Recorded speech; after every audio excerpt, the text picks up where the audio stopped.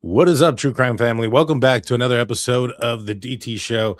I'm Daniel, and tonight we're gonna be talking about two cases tonight, guys. We're gonna be breaking down the Nancy Guthrie abduction, and we're also going to talk about General William McCasland's disappearance. I have two guests on tonight that are going to be helping me out today, go through the uh, the information and just basically have an open discussion about the what are the possibilities, what's going on here, and what is the likelihood that law enforcement is going to solve either one of these cases anytime soon. Please hit the like button, hit the subscribe button, ring that notification bell. You guys know what to do. Without further ado, let's bring in our guests. We're going to start off with my buddy Flojo from Flojo TV. How are you doing, my man? How's it going? Dan, I'm doing good. Thank you for having me back. I appreciate it. How you doing? Doing good, not too bad. It's another day, and so closer to the weekend, so I'm excited about that. Oh, Let we got everybody know a little bit about your channel. Flojo TV, true crime channel. We talk about right now. We're covering two cases right now: Nancy Guthrie case and Celeste Rivas Hernandez case. And we've covered the William McCasland case a few times. So yeah, you guys, if you guys want to check out my channel, it's Flojo TV. Stop on by. Appreciate that. And then our next guest is going to be Steve from True Crime Web, former CSI investigator. Steve, how's it going? Doing fine, sir. It's an honor to be here, and thank you for having me. Yes, sir. It's always a pleasure to have you on. Your expertise is second to none, and so I enjoy having you on and get to have these discussions with you. And so tonight I kind of wanted to start off with an image that I seen, and Steve, I'm glad you're here, and we're gonna get right into it, guys. This is an image that was shared to me that kind of supposedly depictates where it is that the blood drops were. Now, looking at this, Steve, and looking at the direction, and if this is accurate about how the drops are dropping, given the distance between the drops and stuff like that, do you think this person is walking? Do you think they could be carried? What are your thoughts there? Well, if they were carried by, you would think it'd be more of a, now it depends on the type of carry that you have. If you have them in some type of fireman carry, wherever their injury is on their body, if it's not to the center of the carry point, it'd be towards the central. But in this type of trail, it appears that, first guess, you think that someone being escorted out. In my law enforcement career, whenever I escorted someone, being right-handed, firearm and all my equipment, being on my right-handed side, I escorted people to my left. Which I don't know if this individual had any type of training, but there's several different ways that it could be. It could be someone walking. And if the blood flow is true, and it's that either we have someone moving slow, but if they're moving with any rapid pace, that's a pretty severe blood flow. And I know these are photoshopped in, but if that blood droplets are that heavy and that much of a pattern, it's a substantial injury, or someone moving slow. And unless you analyze it personally, you really couldn't tell. We looked at the blood up here, and we thought that at one point she was pretty close to the ground and may have coughed or sneezed. Would law enforcement be able to tell if she was picked up and carried based on the blood spatter? Well, for the blood spatter that was there, that on the recreation of what I was able to do with my synthetic blood, and try to replicate that pattern, we're looking at something that's relatively probably 16 to 24 inches above ground, and it'd be someone that's facing downward, almost 90 degrees to it, because we have these smaller blood droplets almost in a shotgun pattern that seem to be symmetrical all the way around the center pattern, which means that it's not projected in one direction or another. It's almost as if someone's leaning forward, and the only position that you could do on your own to get in that position comfortably, 16 inches, is almost if you're on your knees with your buttocks resting on your ankles, sitting back like a lot of us have, working on the floor or whatever. You just go down to your knees, set back onto your heels, and lean forward. And I'm able to replicate getting in a position that my mouth would be approximately 17 inches above the floor to recreate this. But then if you had someone that was holding her or carrying her, and there's two people carrying them face down, and that, that's kind of congested area. So I really don't think that's what's happening there that close to the door. That, there's really not, you're only looking at 12 inches, if she's facing left to right. And if you kneel down, the distance from the door frame is supportive of someone on their knees and resting with their head tilted forward, face down, to create that type of pattern. It's not as if there's a lot of distance, because if you had someone holding her up or carrying her face down at this position, there's not enough room for them to stand between the door to get the center of her mass, throat, head. You're only talking about 16 inches there. So those are 1 foot tiles. Yeah. Anything you notice, FloJo? I think you're muted, buddy. Quick question. The photo that you previously shown with the red dots, those were blood splatter drops? That was supposedly a trail. Now, it's not necessarily accurate in size or anything like that, but these are where the drops were found. Yeah. And so this I is think it's Photoshop recreation. Right. No, it definitely is. And it's just a representation of where exactly the drops were. But my anything you notice out of it, FloJo, that you want to ask Steve about? I'm just looking at the direction that it's traveling. So, I mean, if she's being carried out, she's probably facing towards the left of the door, I'm assuming, right? I mean, from my assumption, and she's being carried. Steve, you said 16 to 24 inches off of the ground. I don't believe she's being carried. I think she was on the ground, resting on her knees, sitting back on her ankles. And for the walkway, though, you think she was hoisted now up? Going down the walkway, that could be that, yes, they have her in some type of either, as you carry someone's in your arms or a fireman carry, and the head would be to the left side if she's being carried face down. And blood droplets, as far as sizing, they don't change a lot. Once you get over a certain distance, they all, depending, but they're basically about the size of a nickel to a little bit smaller than a quarter, regardless of the height, over a couple, 3 feet.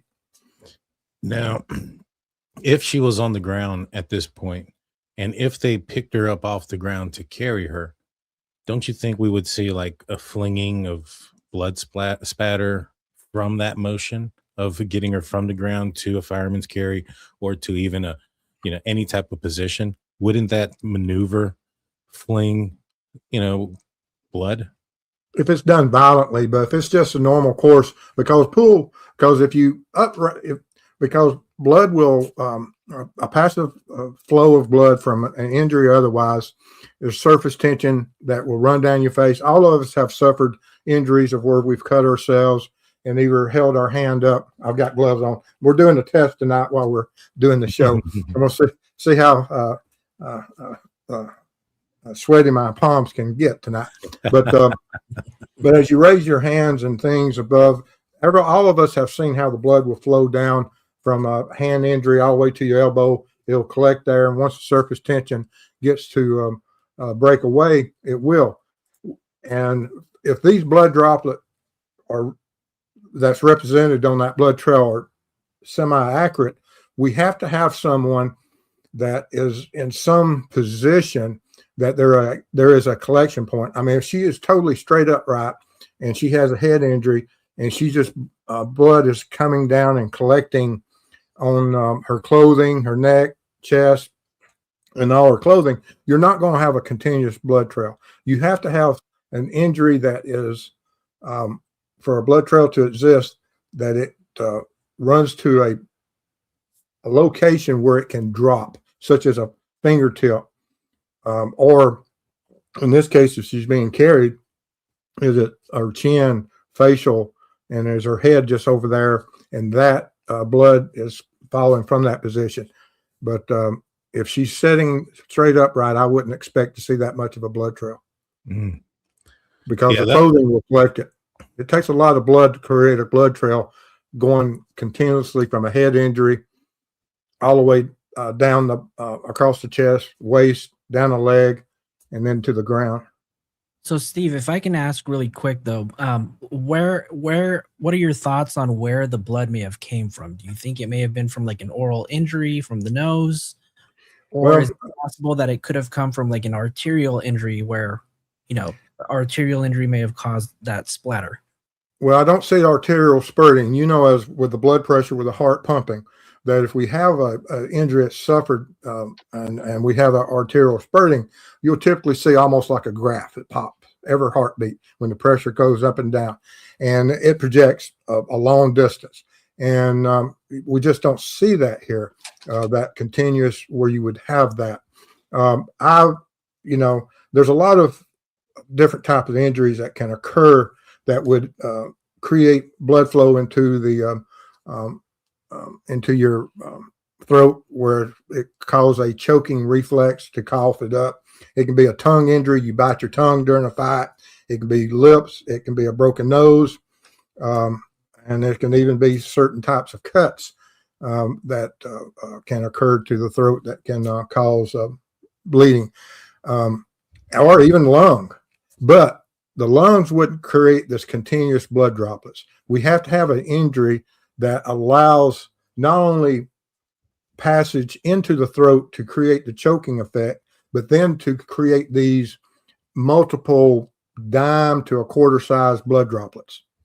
And we have to have that blood flow able to travel down to a collection point, surface tension breaks away, and it drops to the floor.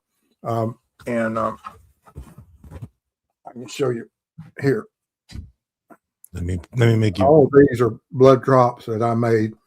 These here, you can see, are somewhere around the size of a nickel.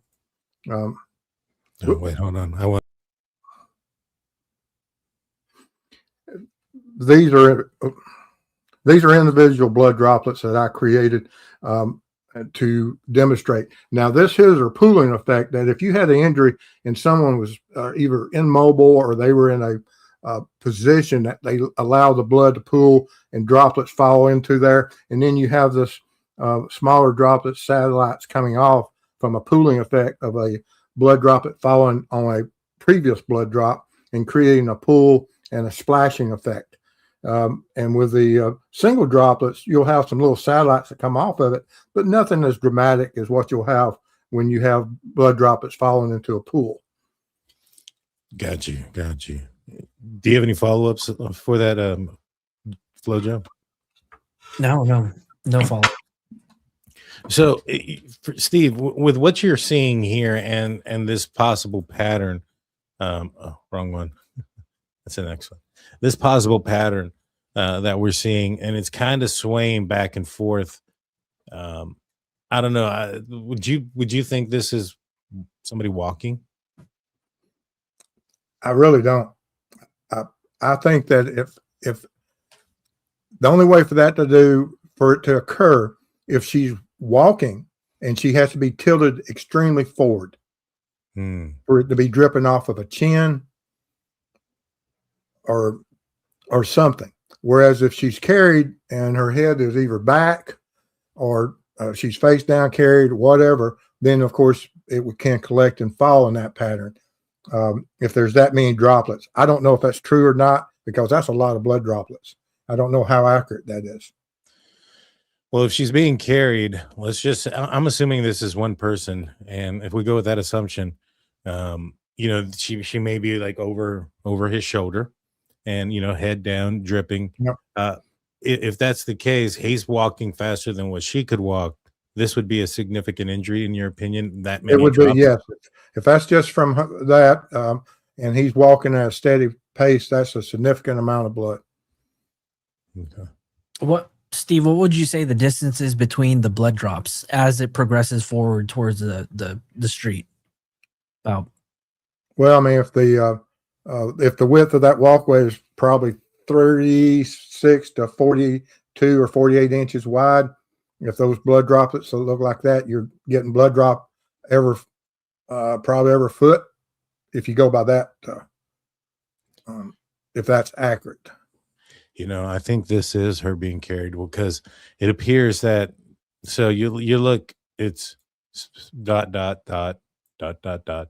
And then right here, right before the steps, there's like a cluster and then a drop here and then a cluster here. I wonder if that's from when you step down and, that force, if that causes like an extra cluster, because I just kind of noticed that around the steps, it appears that there's more of a cluster effect of the blood. Yeah. Getting your footing, getting rebalance as the most difficult transition on those steps would allow more droplets to fall and cluster.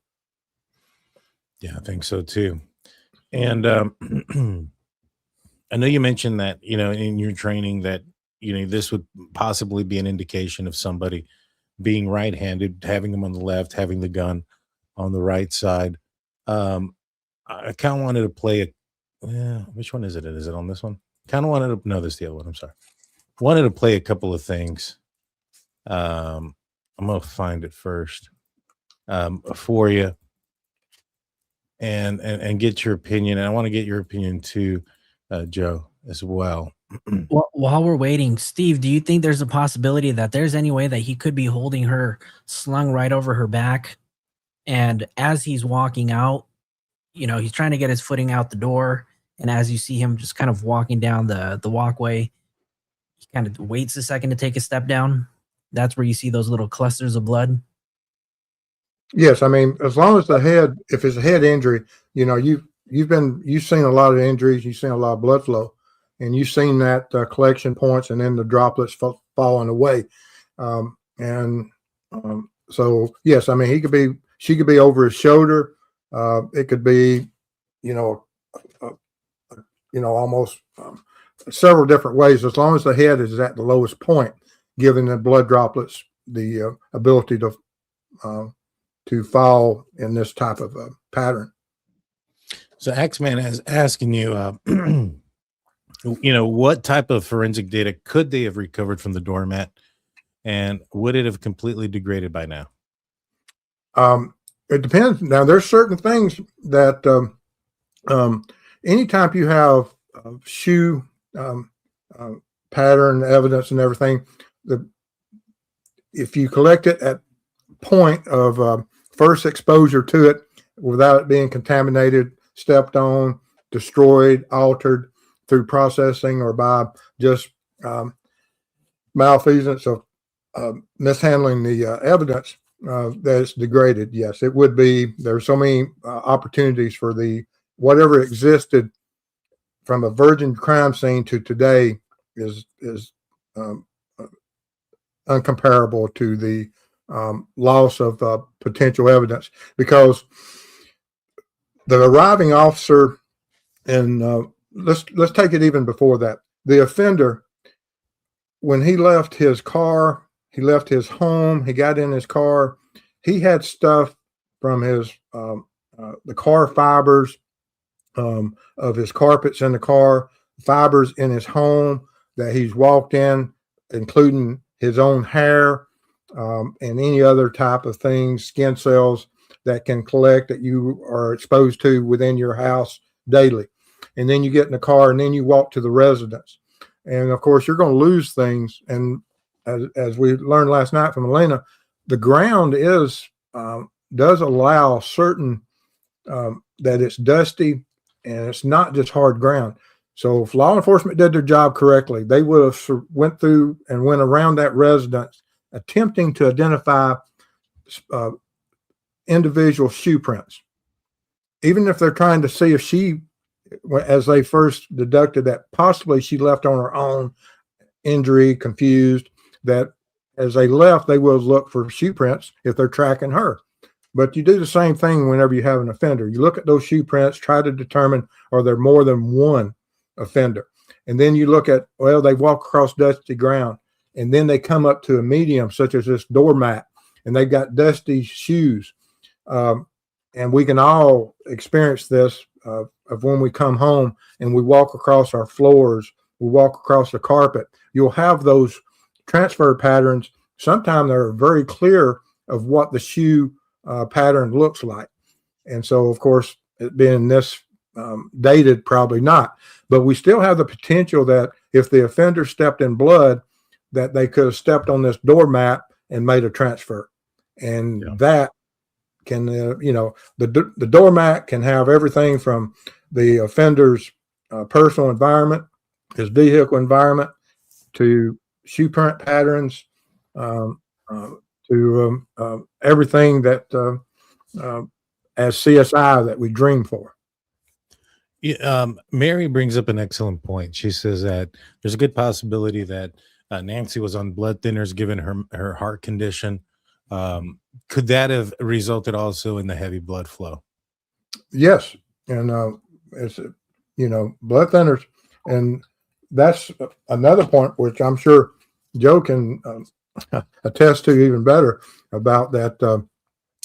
If she had a substantial injury, such as a broken nose or anything, that would have probably led to her actually choking even more so. And then what would allow, and which is a good question for Joe here, if she does suffer a substantial injury, like to the nasal, orbital plates, everything's breaking up there.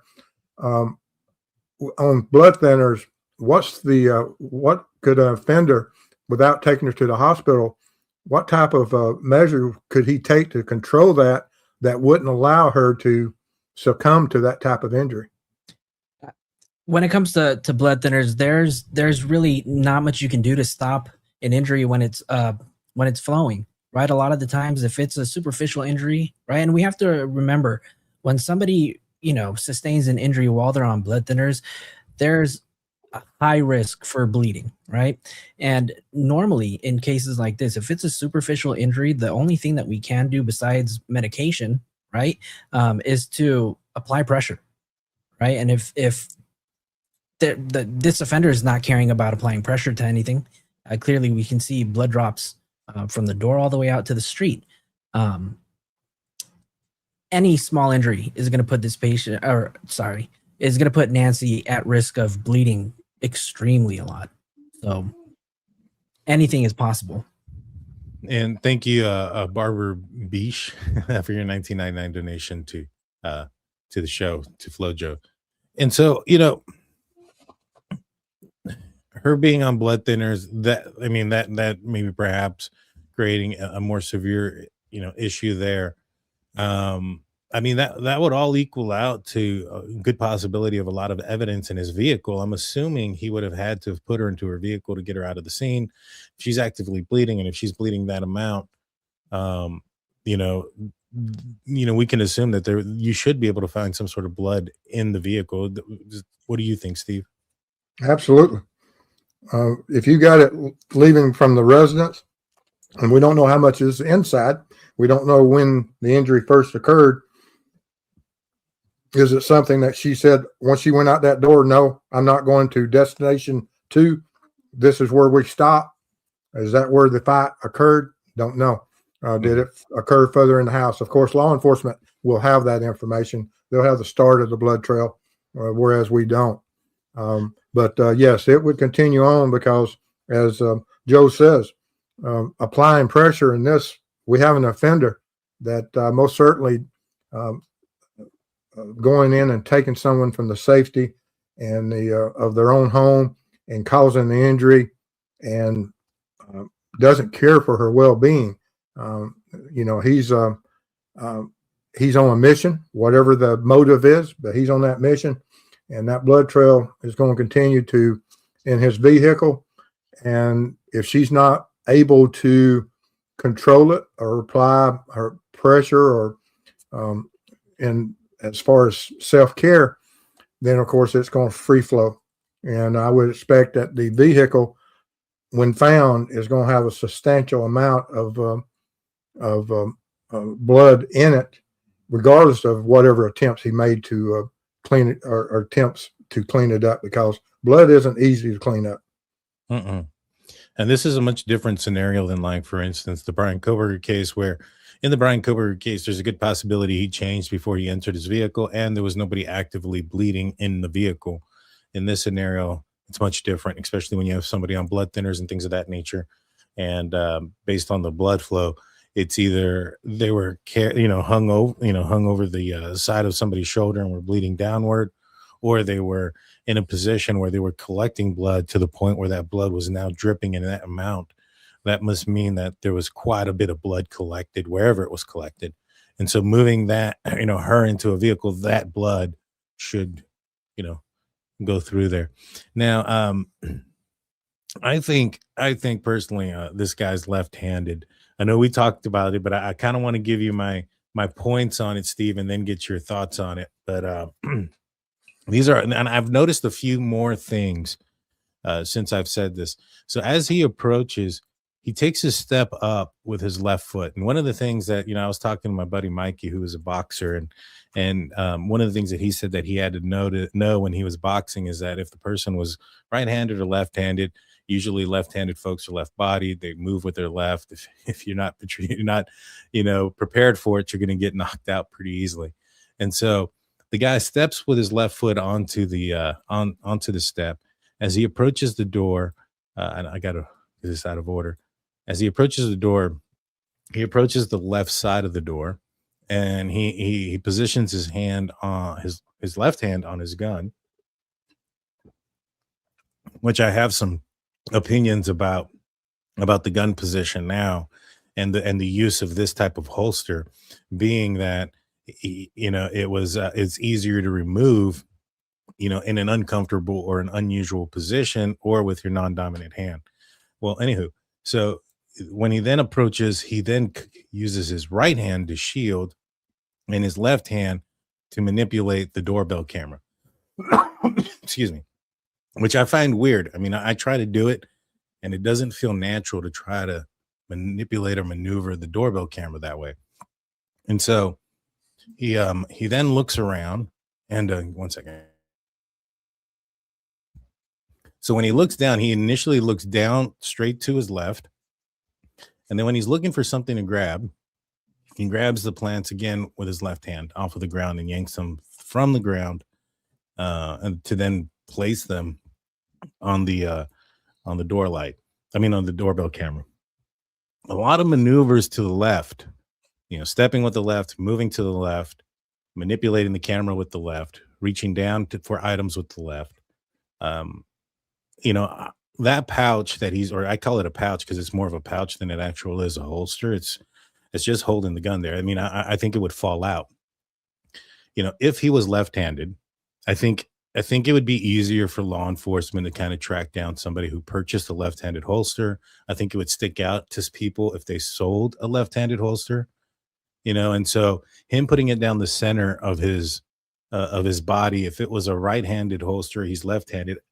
I think it's easier to pull the weapon out of that holster if you're in an unusual position, such as twisting your hand down to yank it out. And I don't think it's very difficult to do that, to twist your hand and pull the gun out. Do you think now, I may be onto something there, Steve, or do you think I'm completely off base? No, you're not off base. Like I said, there is a lot of things that he does that he's protected, in law enforcement. What's the one thing we train to do? We protect our firearm. We don't take our hands off of our guns. We keep our dominant hand near our firearm as much as possible, especially when you get in high tense situations. And so I can see your point that, yes, there's a great possibility that, if we're looking, and I think that he's shielding when he approaches this light, this camera, I believe that he's looking past the glow, and he's to support your point about this is that whenever, as a law enforcement officer, if I've and I've looked through a lot of windows in daytime and at night. And when I look through those windows and everything, you either try to create a shadow with your offhand, which would be your left hand, since I'm right-handed, or you cover a light and you look past that light at night with your offhand, and keep your dominant hand near your firearm. So is that what he's doing? Keeping the hand lower and closer to the gun? It's possible. I can't argue. What do you think, FloJo? After you said that, I could totally see him being a left-handed person. But I own a firearm, right? I'm not law enforcement, but if I was somebody who was carrying a gun, I just feel like having it in a position where it's non-dominant for me. If you bring it and you're displaying it like that, you're more than okay to use it, right? If you need to. So if he needed to draw his firearm in a fast moment, I just feel like grabbing it with his right hand, if he's left-handed, would be so uncomfortable and not to his benefit. But I mean, with the things that you pointed out, I can see everything that you said, and he does look like he could be left-handed. So that part is puzzling. Yeah. Well, I mean, he may have stowed everything. He may not have bought anything. That's true too. Stow the gun and stow the holster, and that's just all he has. I mean, if he has a criminal history, he can't go out and buy one, and which is, like I said, it's very rare for a burglar who is specifically a burglar to carry a firearm. I've only seen one that I've ever arrested. Now, you have home invasions, which are different than the burglars. Mm-hmm. It depends on what the intent of the crime is, and as far as the targeted person. But a typical burglar is just going into a house they expect is empty. I've only had one burglar out of hundreds ever carried a firearm. Yeah, I've arrested several burglars as well, and not one had a firearm with them or restraints. But that's here nor there. And when it comes to the holster, when I looked at it, initially I thought, why would he use that holster? It's weird. But if he's trying to hide the fact that he's left-handed, let's just say he doesn't want, the camera or the people that are watching this to know that. If he's hiding that fact and he were to get a holster that fit that weapon, and even if it was a right-handed holster, that is one of those, I can't remember if it was like, which way they went, level 1, 3, which one was higher. It's been a while, but the holster that I had on duty, you had to twist it inward and then pull it up. If you're trying to do that with your non-dominant hand, that's going to be difficult. And if you're trying to do that from an unusual position like this, like if you're trying to hide the gun in the middle, or not hide it, but have the gun in the middle so that you could still pull it with your dominant hand and not give away that you're left-handed, that's still, I think, going to be very difficult. So I think maybe perhaps he strategically used this pouch-like holster so that he could remove the weapon from an unusual position. And I think that goes to the planning aspect of this, which now we've talked about this blood, and I want to get your opinion on this, Steve, as well. Apparently, I think it was Ashley Banfield that said this, that the house was cleaned. Like it was immaculate in certain places. He was there for a long time. I wonder if in his bag, if he had some, like, I don't know, disinfectant spray or something to have gone back to clean up certain things. But why not clean up the blood outside if he did? Well, that's probably the second question. The first question is, can somebody take like a Lysol disinfectant spray and eliminate, like if they just spray in the area that they work, will that eliminate touch DNA and stuff? Clorox is not DNA's friend. I know that. And we, time and time again, we've seen such as different offenders over time. But usually when you have cleanup, it's due to that some type of offender has absolute control of the crime scene for an extended period of time. Whereas we don't know if this offender did he absolutely have the camera does go off between the time that the camera goes off and the pacemaker disconnects is 42 minutes.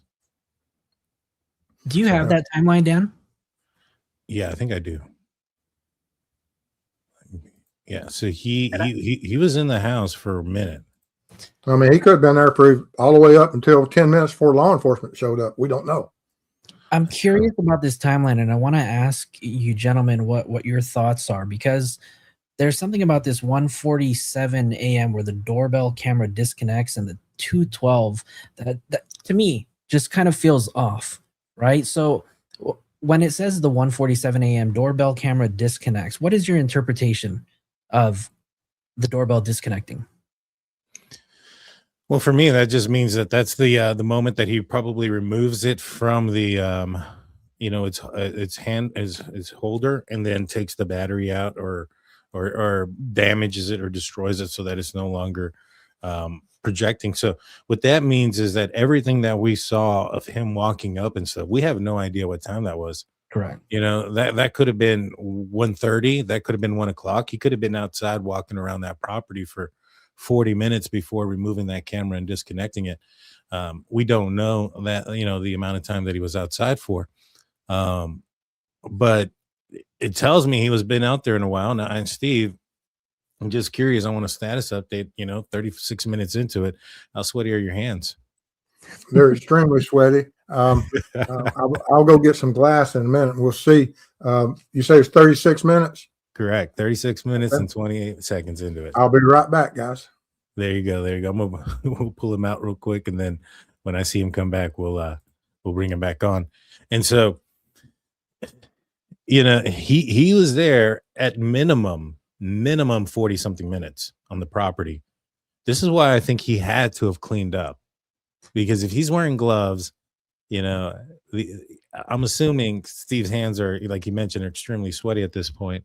If you're manipulating somebody who has mobility issues, maybe perhaps even carrying her, how do you not drop any of your own sweat, especially in Arizona? I mean, again, at night, I think it's kind of cool and stuff, but wearing the clothes that he was wearing, I would have assumed he would have, I think the time, if I'm not mistaken, when I checked the weather for that night, it was like around 71, 72 degrees. Mm-hmm. But yeah.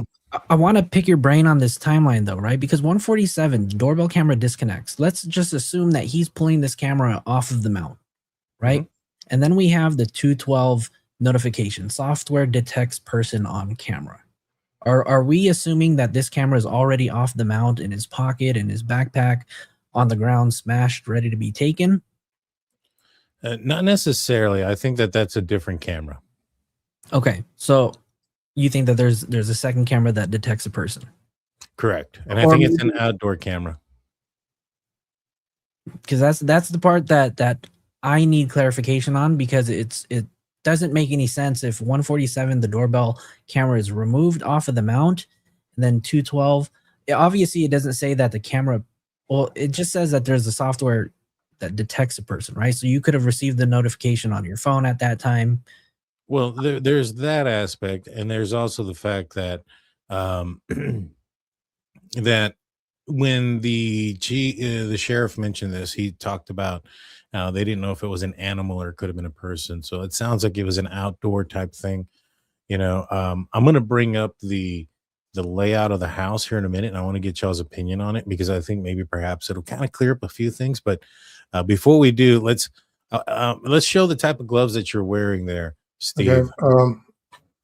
If you'll see that I've got two different kinds. On my right hand is just a single layer nitrile glove. On my left side is a higher grade double layer glove, and you can see the difference in the texture. With this just being the cheap model glove, and this one here being of a higher grade and special type of glove that is cut resistant and is a superior nitrile glove that's reinforced. And you can see that this in here closer resembles what we see in the camera versus all the wrinkles that we have on this one here.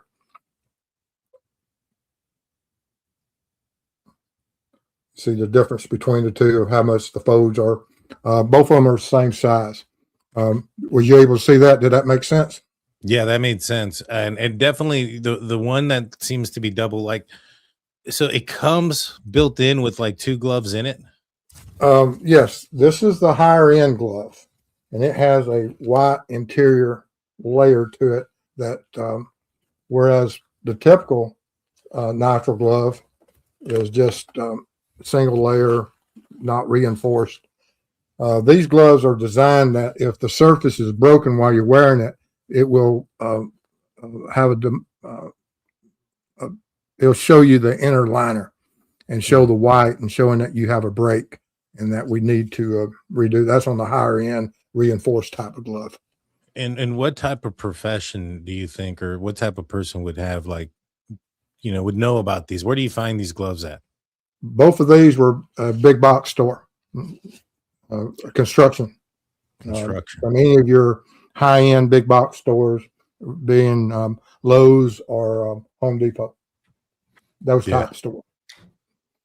A lot of times too now, I mean, the only reason why I'm mentioning this too is like tattoo artists, when they do tattoos, they also utilize black heavy duty gloves, and it is just odd that our perp has been seen with tattoos.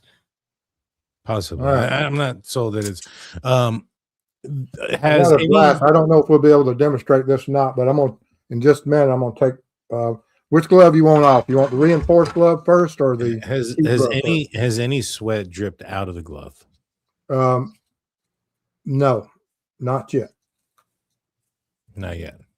Okay. But my hands are extremely sweaty. I can tell you that now. There's going to be a lot of sweat and oils and everything. But let's pull this off inside out and see what happens. Yeah, let's put you on the big. Oh yeah, you can see how shiny.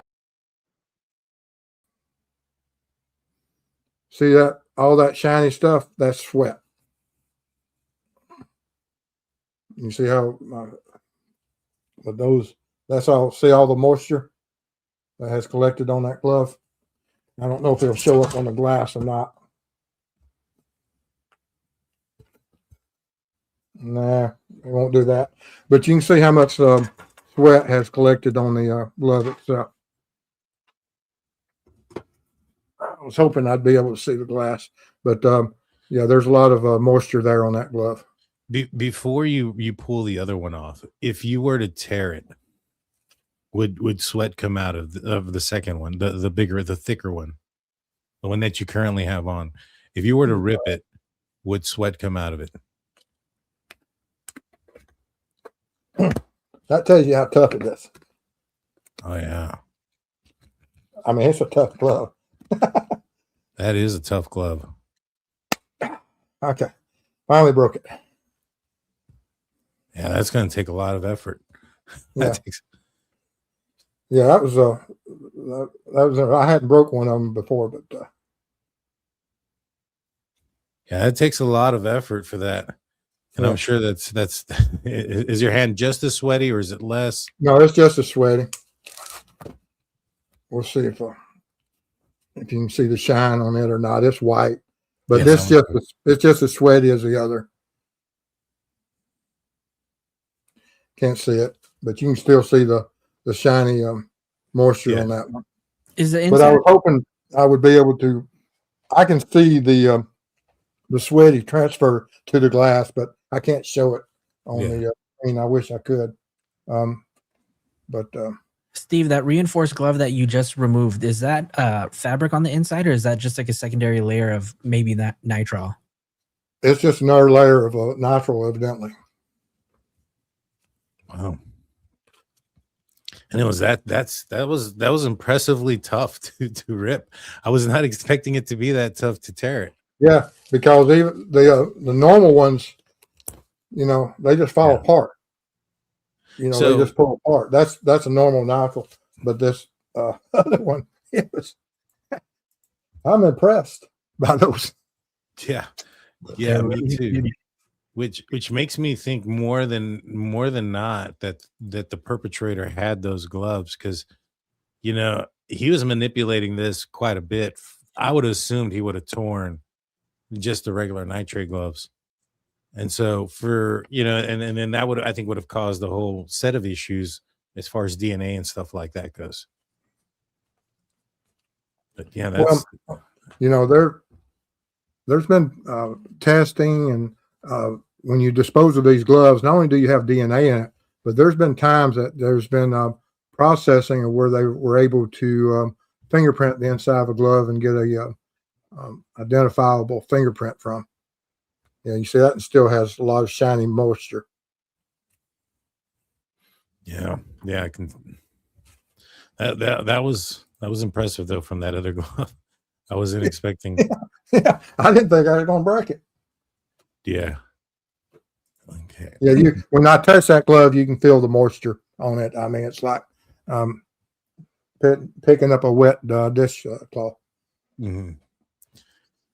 So let's look at a couple of images real quick. I wanted to bring up.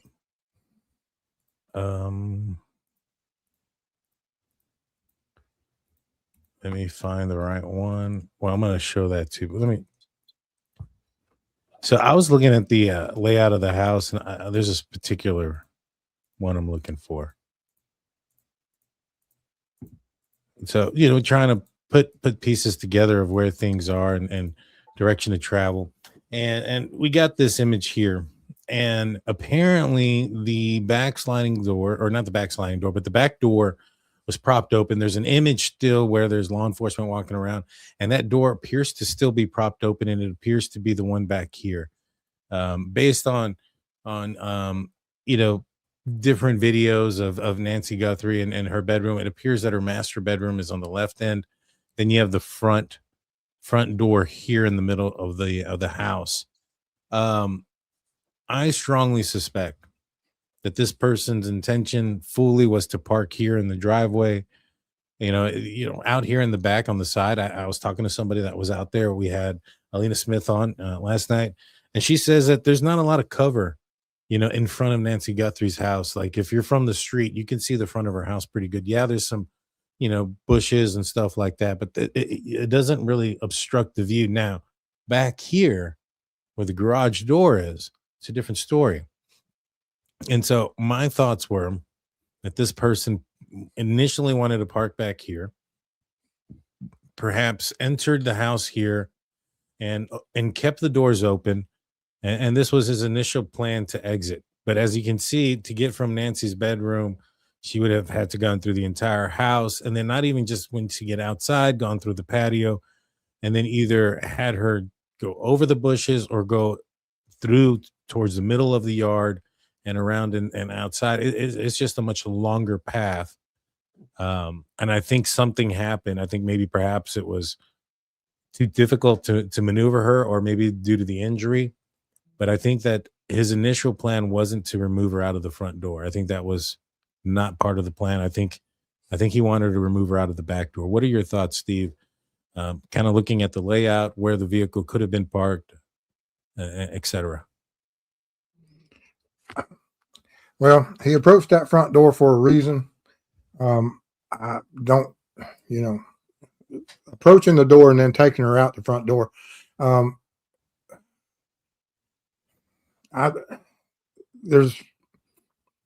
You always take the humans are lazy. They always take the path of least resistance. And there was something about least resistance with that front door. Is it closeness to where the vehicle's parked? Is it ease? Was there, what was it? I honestly couldn't tell you, other than he created a blood trail also out that front door. Was that intentional? Did he cause an injury intentionally at that point to prove his point? Because the sheriff all the time has said that it was an abduction.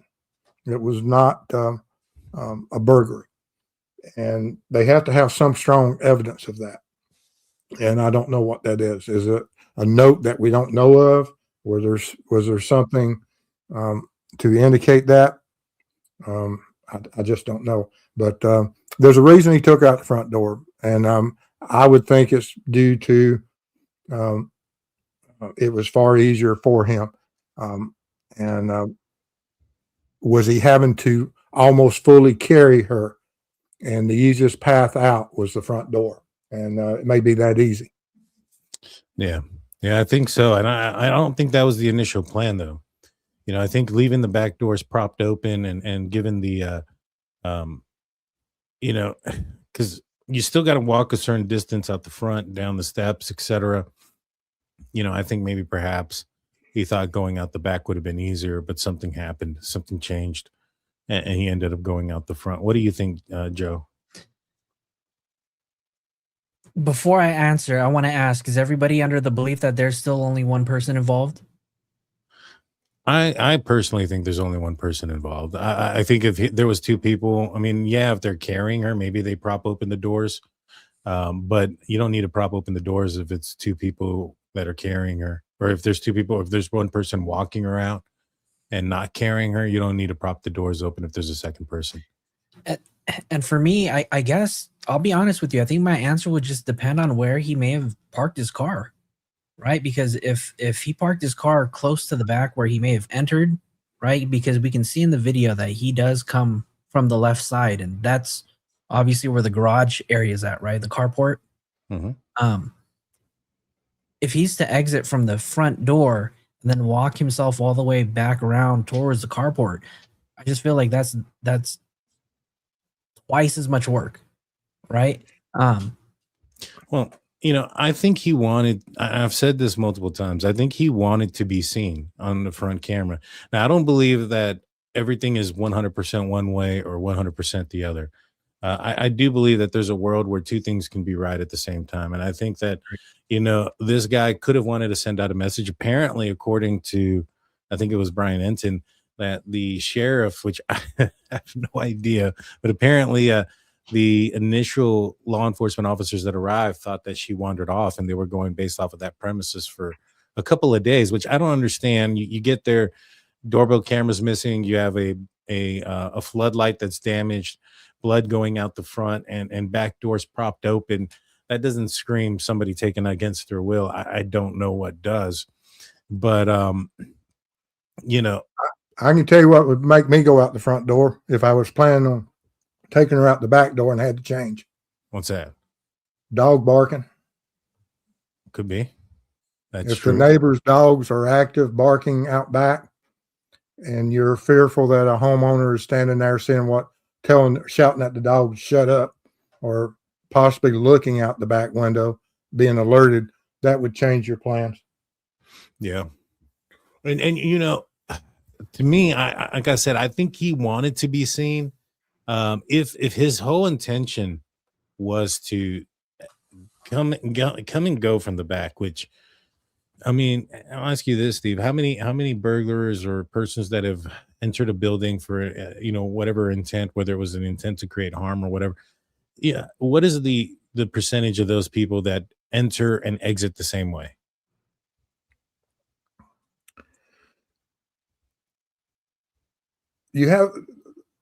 I've watched a lot of criminals in stakeouts. They approach the residence from a certain area and they'll leave that same path. They'll go in through a back door and they'll leave through a back door. And that's one of the things that drives me crazy about this, that he went to that front door, had no need to go to that front door. I mean, you can look at that. And if we go that, he's been there before. He was there 2 weeks before. He would have known about the camera. He would have known about the fortified door. There's no need for him to go back to that fortified position pre-crime. I mean, just doesn't make no sense whatsoever. And if he's been there before and he knows her habits and he realized that, this lady, being elderly, sometimes doesn't lock her back door, and her door is usually open. And so there's another reason he wouldn't have had to go to a fortified door in front of a camera and peek through a window or try to manipulate the camera. There's no need to do any of that. The only reason he would have went to that camera is that he was fearful that he had possibly either drove past and that camera may have picked him up, either his vehicle or something else. And now we've got to go and get that camera. And his thought process of, if I take the camera, there's no cloud, which I don't know if that's his process or not. But there had to be something that drove him to that front door. Is he leaving the message or he's trying to cover his track? There's only two possibilities.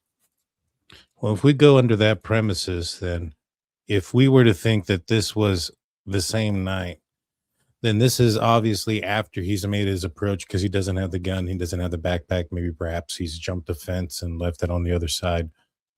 He left that area with the camera still there after he made his initial approach.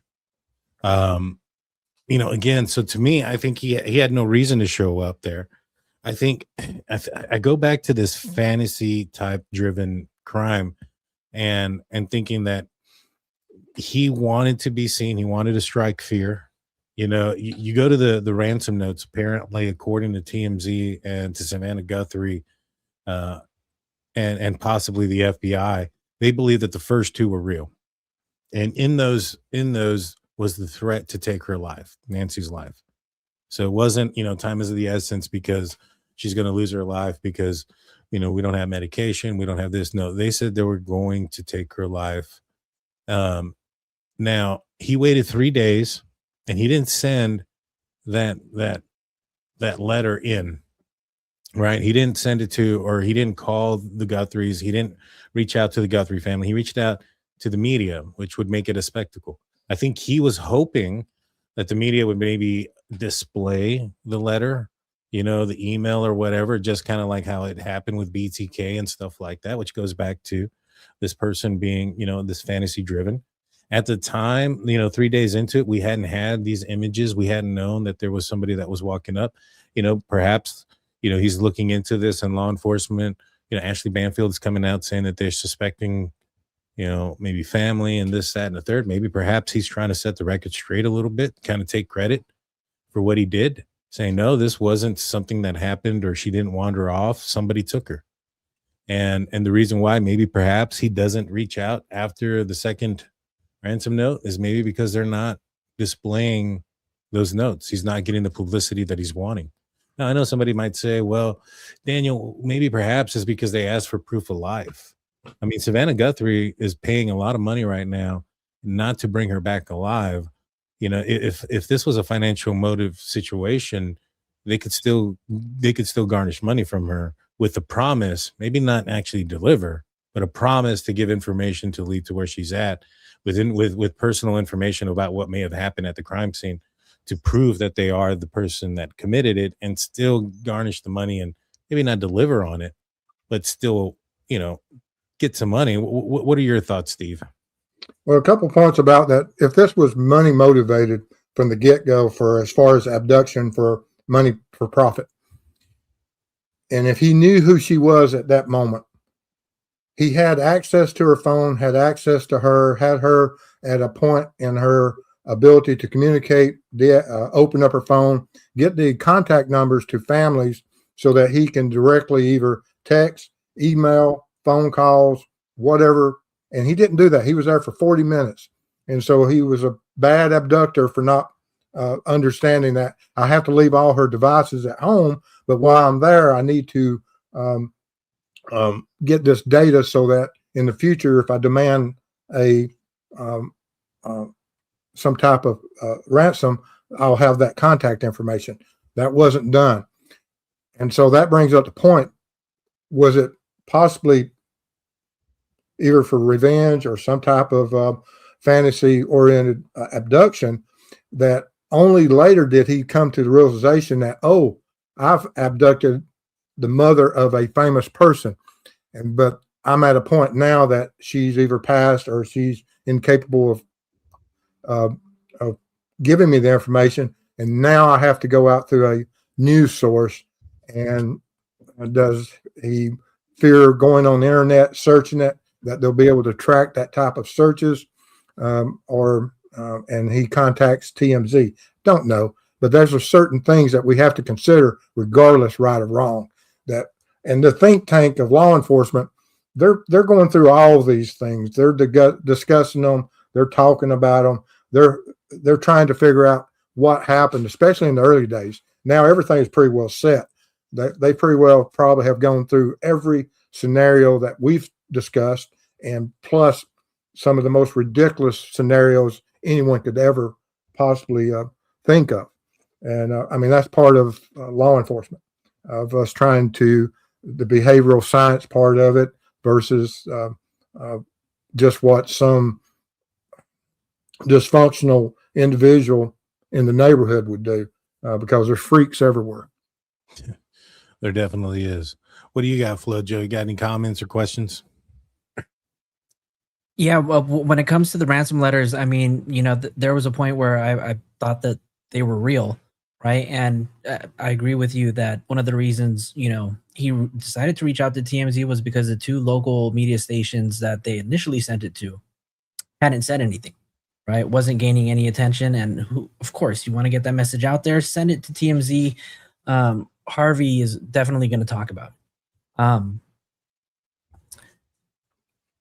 I mean, I'm still having a hard time believing though that they are real.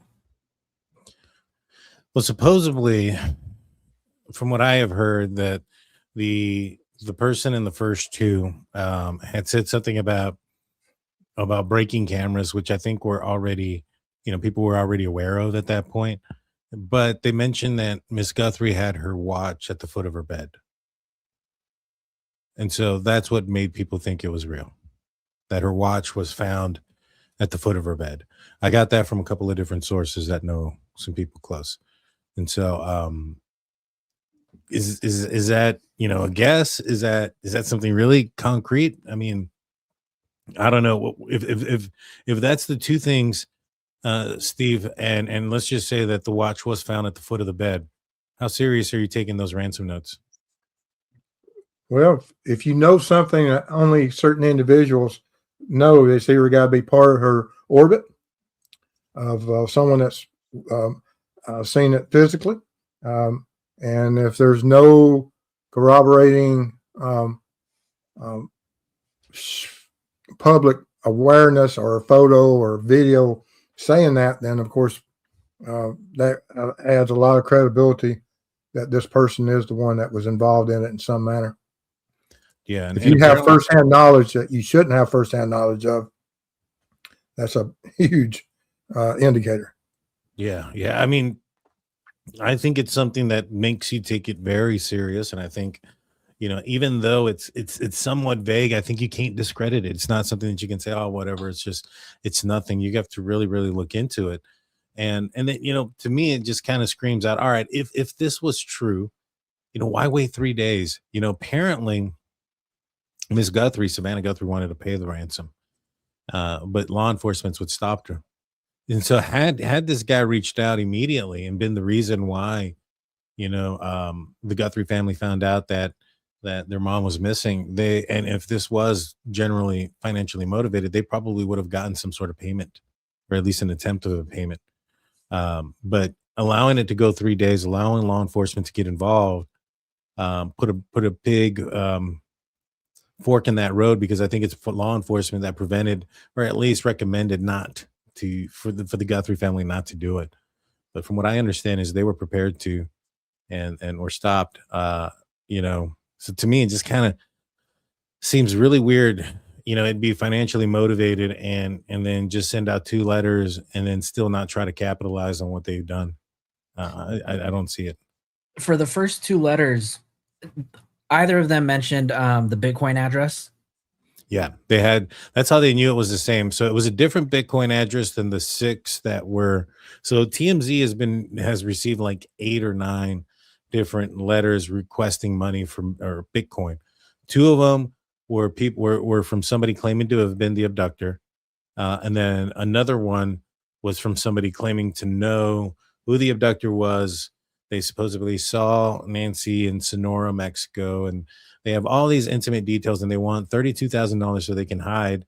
And I'm thinking to myself, if you're the abductor and this person really does have some intel about, some very detailed information about this crime, one, either the perpetrator doesn't care and he's just allowing somebody to go talk because he probably knows who this person is. There's probably very few people that know the detailed information about this. Or 2, which doesn't make sense, is that he's told so many people about the crime and the details of the crime, and he can't figure out who's contacting TMZ.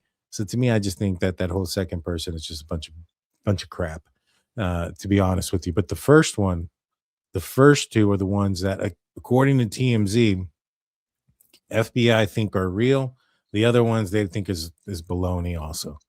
And so now the first two had the same Bitcoin address, and so did and it had the same Bitcoin address as the ones that were sent to the other local media. Rachel comes in with $9.99. I want to say thank you, Rachel. Appreciate you so much for your super sticker. And yeah, don't say missed. Don't say cops missed. I'm not sure what that means, but yeah. I don't know. I mean, the whole 3 days, like I said, if this, Rex Humerman, he liked to torment the family members of his victims. If this is financially motivated, he got out a message that was pretty terrifying. One, he put out a visual message to Savannah of what he looked like in the mask. I mean, she even talked about that it must be horrifying of what her mother would have woken up to and seen, this masked person in her room.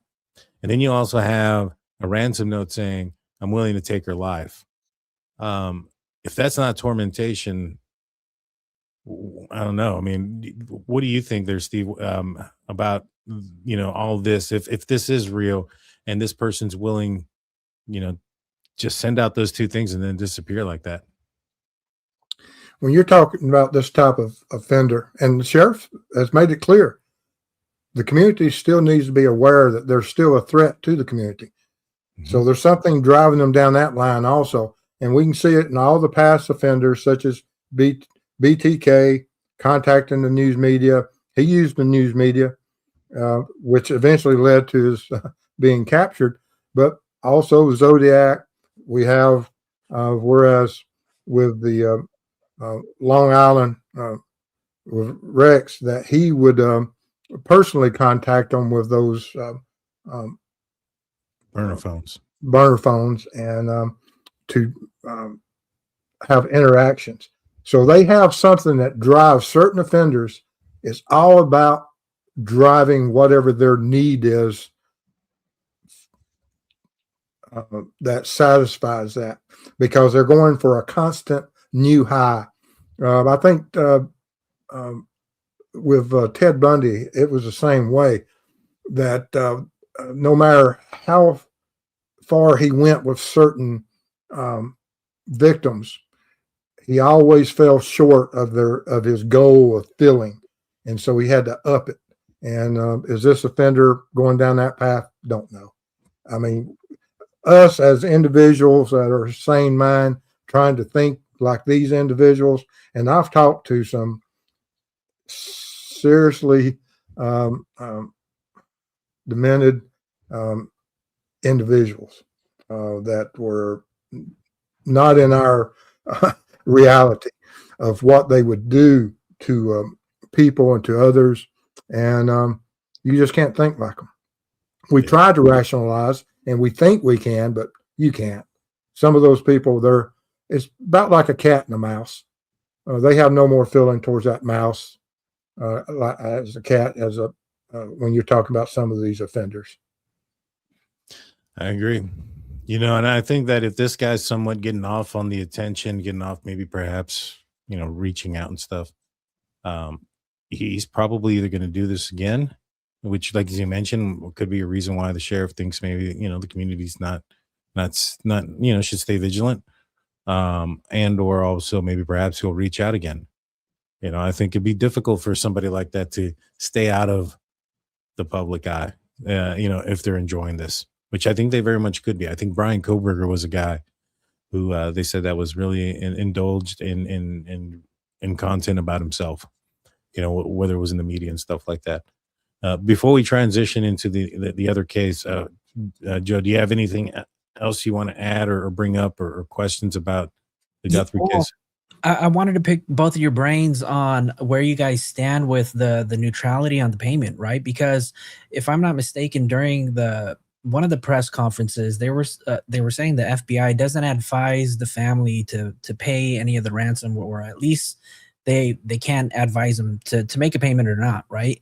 And now there's been like conflicting reports that Savannah and the family wanted to pay it up front, but they were advised against it by law enforcement. So, what are your thoughts on that? Because to me, that's conflicting.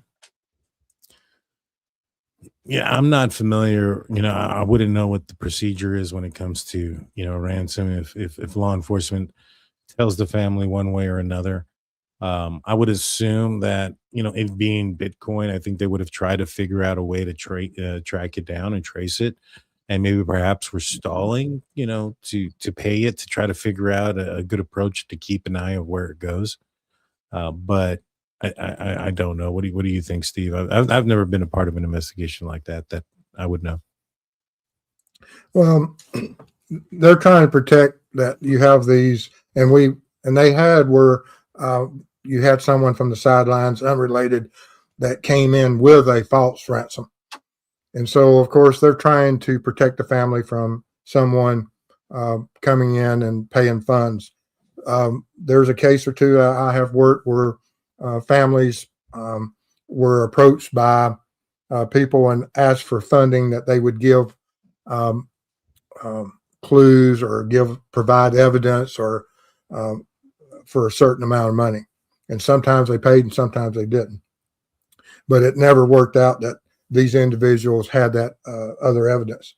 And so I'm sure that the Guthries or family members or even the FBI, that if they had some proof that, okay, you say this, but we need proof of life or we need proof of truth that this occurred, or that I mean, if you know where she's at, it's pretty easy to get proof of that where she's at. And by either getting some item personally of hers or knowing something about her that you can provide to the family.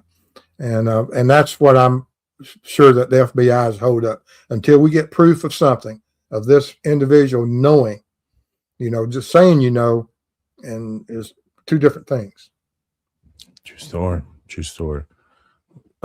Any thoughts on why they released the scene early and why they didn't get the rug on the porch for analysis?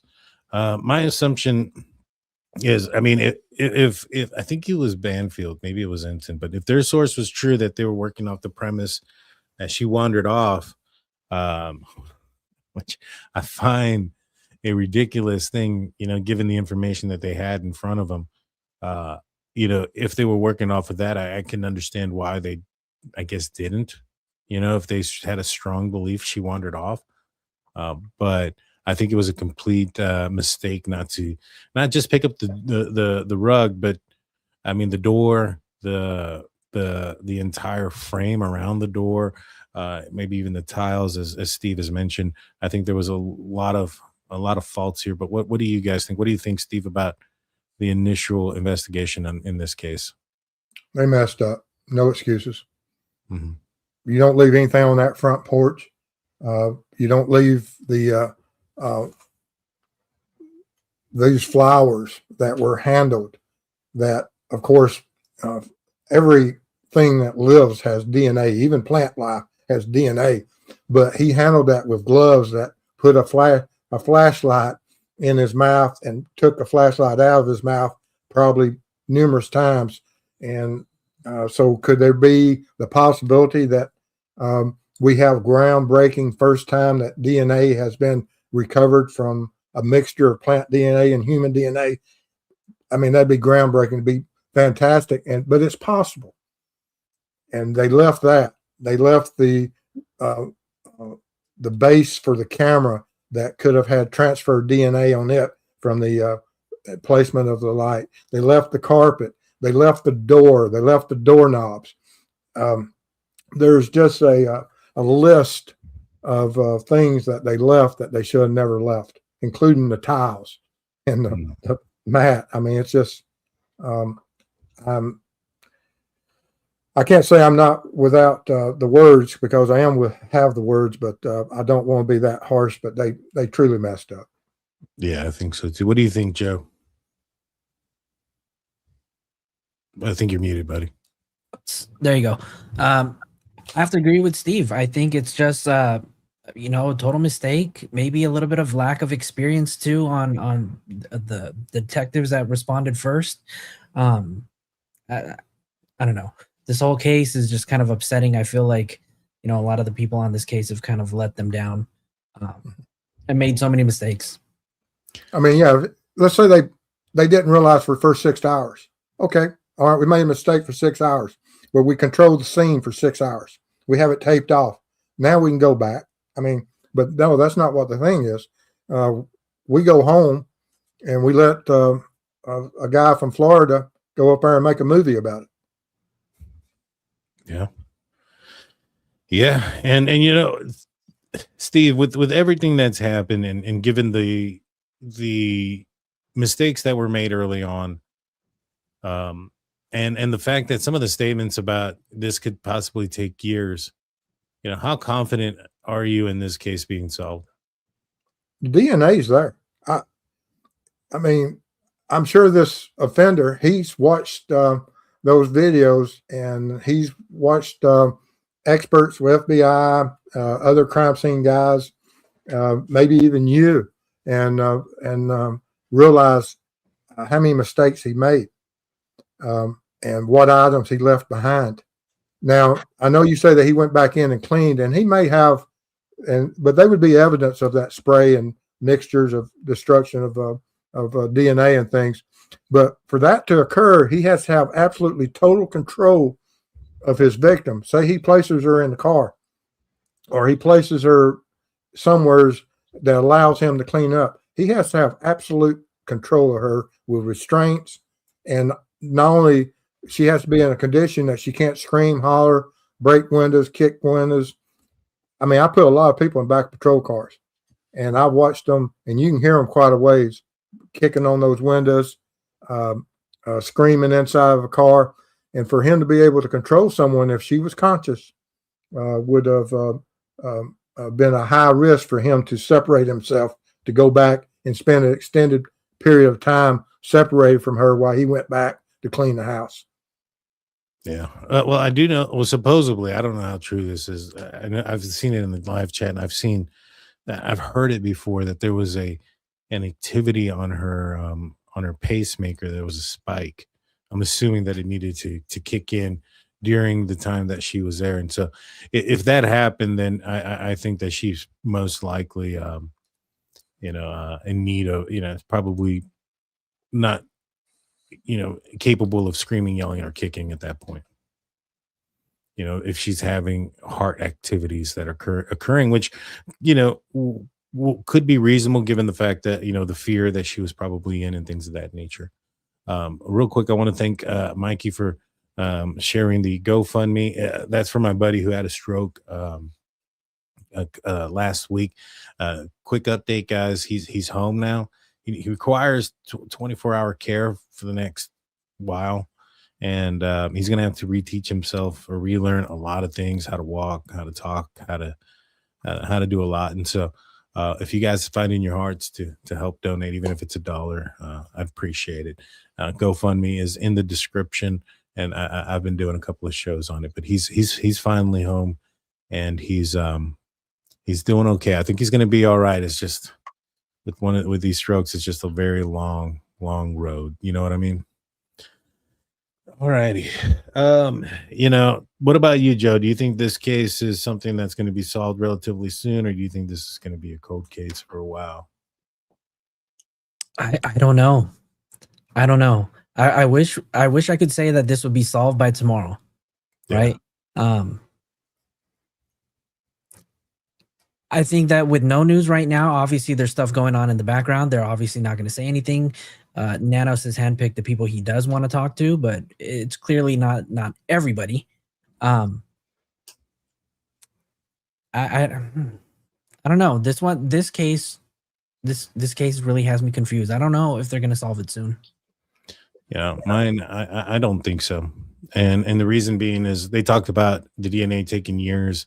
That tells me that the DNA that they have is probably mixed with multiple people. It's a good possibility that it may be, the DNA they have may or may not even be affiliated with the crime. It could be just, transfer type DNA. I don't think they have anything on a knife sheath like they did in the Brian Koberger case, where they have an item left behind, or an item that they, that they know that this DNA was touched by the perpetrator. Because if they did, I would assume that IgG and that profile and all that other stuff would probably take a lot, not so much of a year. And then they haven't said any type of description of a vehicle that they're looking for. They've downsized the investigation already. To me, everything kind of screams being behind the eight ball, and maybe perhaps waiting for an act of God, somebody to come forward and say something. Perhaps this person commit another crime and gets caught there. I just feel like that's where we're at right now in this case, given the amount of information that they're not giving out, because I think that they could benefit from showing a vehicle or a year, make, and model like they did in the Brian Koberger case. I mean, what happened in the Brian Koberger case once they said they were looking for a white Elantra? Brian Koberger panicked. He got into an argument, into almost a physical disturbance with his professor, and then he fled the area, immediately. And so, if you put out a year, make, model that, hey, we have a vehicle that we're looking for this type of person or whatnot, I think that would be huge. But let's face it, they pulled in Carlos and they searched his van that had a huge painting on the side of it, or decal on the side for his trucking company. And if you're looking at cameras from the neighborhood, most cameras are facing the street in a manner that's going to capture the side profile. I don't know of a judge that's going to give a warrant to search a vehicle if they have the side profile of said vehicle and they don't see that big old decal on the side of it. I don't know. I don't think they got a video of a vehicle. I don't think they got DNA. I think they've come up empty on the phone activity. And I think that may have been what got Daly and Carlos. I don't know. I think this might go cold for a while, in my opinion. But hopefully it doesn't. That's not what I'm hoping for. I just kind of feel that way. And then you also put in the hurdles of what the investigators have created for themselves in the beginning of this case by not collecting a lot of things. That's not going to help. That's not going to help. So we'll see. We'll see. And in defense, law enforcement makes mistakes. We're not perfect. It doesn't matter. When you go see a piece of evidence, once you determine you're trying to go get something, you're going to lose something between it's not a perfect world. It's not TV land where you gather every hair, every fiber. It just doesn't exist and it takes a long time. But in this case, there's more mistakes made than what should have been made. And I hate to say that about law enforcement. I do too. All righty. So let's kind of talk a little bit about the retired Air Force general. One of the things that kind of has stuck out to me, and I want to get your opinion, Steve, on this, and we're going to listen to the 911 call. Have y'all listened to the 911 call yet? No, I haven't. Okay, so I'm going to pull it up. We're going to listen to it. Some premise, a little bit of background. The wife was the last person to see the husband. The wife is the person to discover that the husband was missing, and the wife is who called 911. And so let's pull this up, and I want to get your opinion on it and what she says and everything else in between. My husband is missing. Tonight, new audio from the wife of a retired Air Force. Oh, I was hoping it was just the audio. Give me a second. Let's see if they just play it. I have some indication that he must. I have some indication. General gone missing in New Mexico. I have some indication that he must have planned not to be found. That's William McCasland's wife, Susan, during the call to authorities on February 27th, the day her husband disappeared. The call was first obtained by law. I'm gonna see if I can find just the 911. Pretty sure I can find it pretty quickly. But yeah, it starts off, my husband's missing. He's been missing for a few hours. Let me see if I can find it real quick. I had it on the I think it was on X where I had found it. Just the audio. That's all I want to. That's all I'm looking for. I can send you a video link that has a timestamp if you want it. Yeah, yeah. If it's just, is it solely the? It's not, but I can provide you the timestamp in private. Okay. Let me give you the timestamp, and it's at 4:34. I found it. I got the full thing. All right, here it is. This is April. How may I help you? Hi, April. My name is Susan Wilkerson. My husband is missing. Okay. And it's been about 3 hours, and I have some indication that he must have planned not to be found. He's left his phone. He changed his clothes into I don't know what. I think he's on foot. All of our cars and bicycles are in the garage. I left for a doctor's appointment at about 11:10, and he was here at that time at the house. And I got back from that at noon, and he was gone. He turned it off and left it behind, which seems kind of deliberate because he's always got his phone. He has a smartwatch. I don't know if that's with him or not. Has he ever done this before? Never. Nothing even remotely like it. He's a retired Air Force Major General. He's very responsible, but he's also facing some medical issues. Do you have any video at your home? No.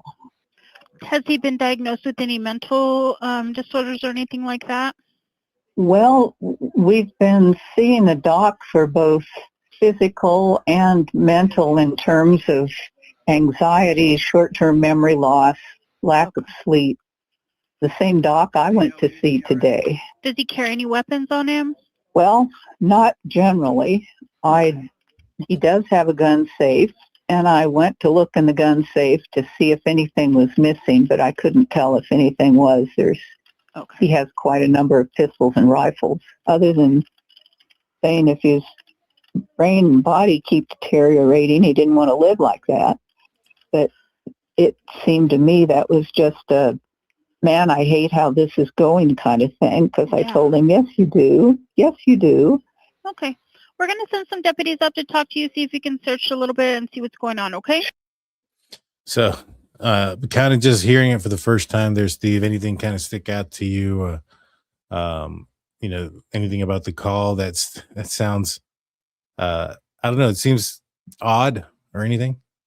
No, it's actually that's a carbon copy of Mrs. Steve's analytical mind that she knows pretty much what's going on all day and with that relationship. And they've been married an extremely long time. She knew what he was wearing that morning, knew he changed clothes, knew what was odd in his behavior of what was missing or left behind, and has fear that he went down the path of what that discussion she had that where he referenced he didn't want to live in that manner.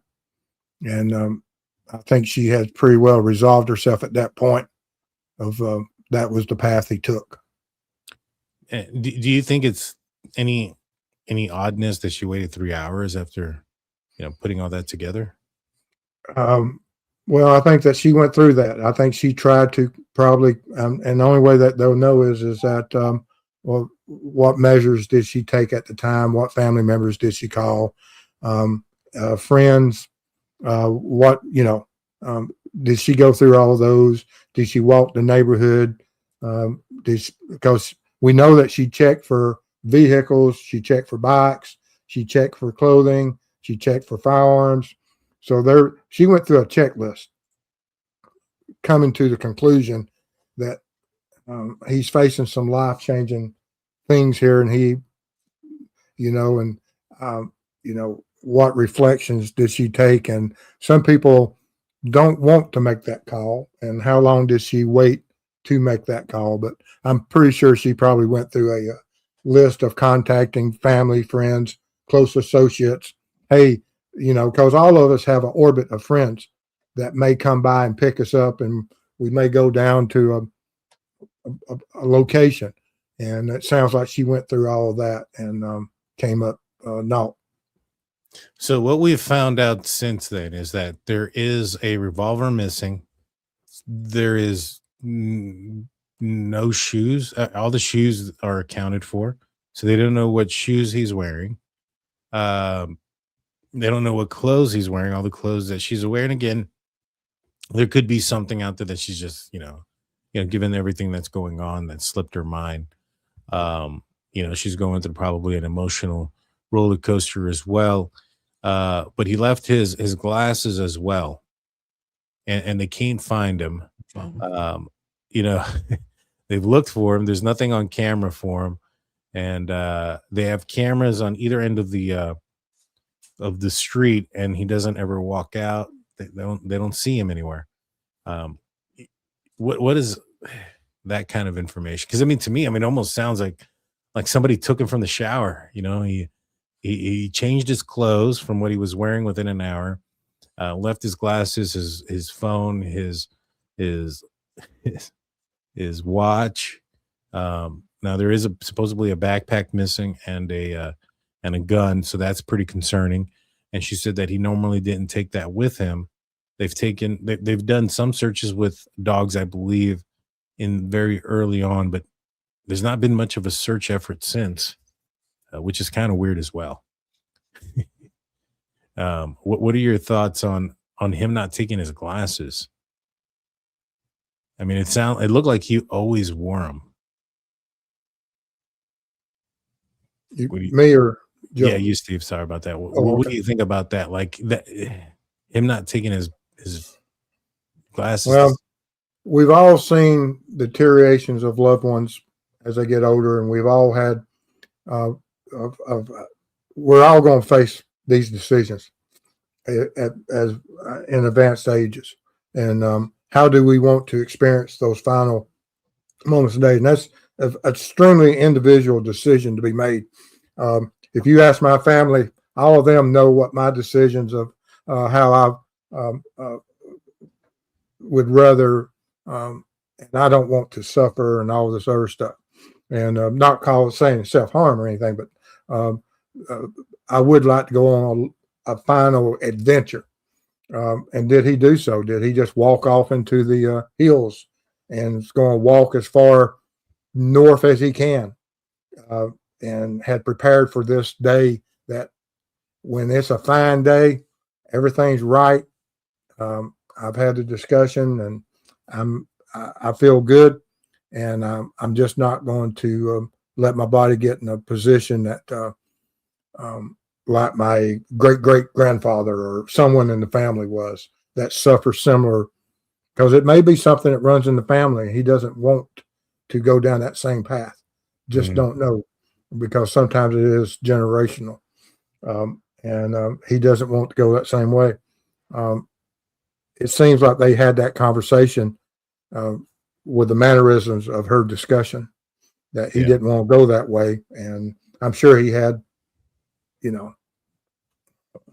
made it quite clear of what his druthers were. What do you think, Joe? What are your thoughts on the 911 call? What are your thoughts on the time frame, etc.? The first time that we talked about this show about a week or two ago, I was tinfoiling the hell out of this case. I was thinking aliens abducted him, and his enemies were out to get him. But it wasn't until a week ago that I heard this 911 call, and things kind of changed for me. Right, the wife. What did she say? She said that he planned not to be found, right? Or it seemed like he planned not to be found. And to me, that's like a massive red flag. This guy is very highly cognitive.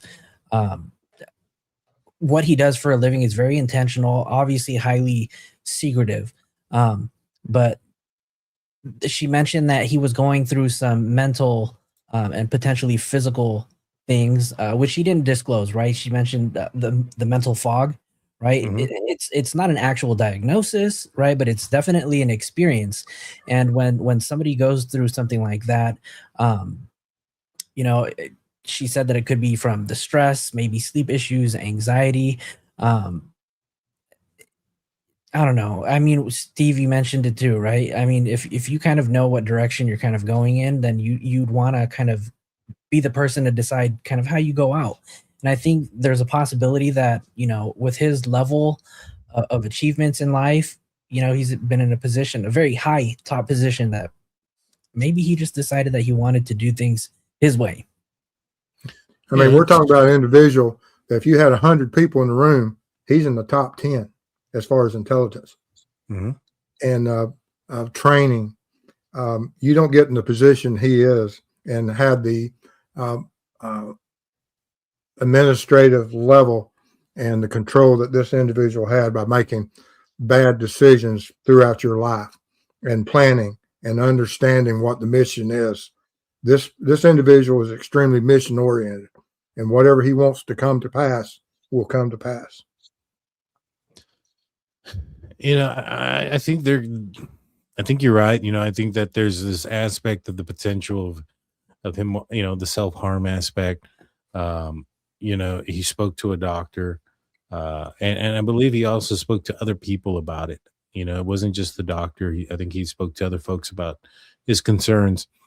Now, there is some things that bother me, not necessarily, dealing with what he has done, but like some of the investigation aspect. And I want to play this, because this talks a little bit about the search or the lack thereof and presence, for this guy who was a high-ranking general at Wright-Patterson Air Force Base, who was also in charge of like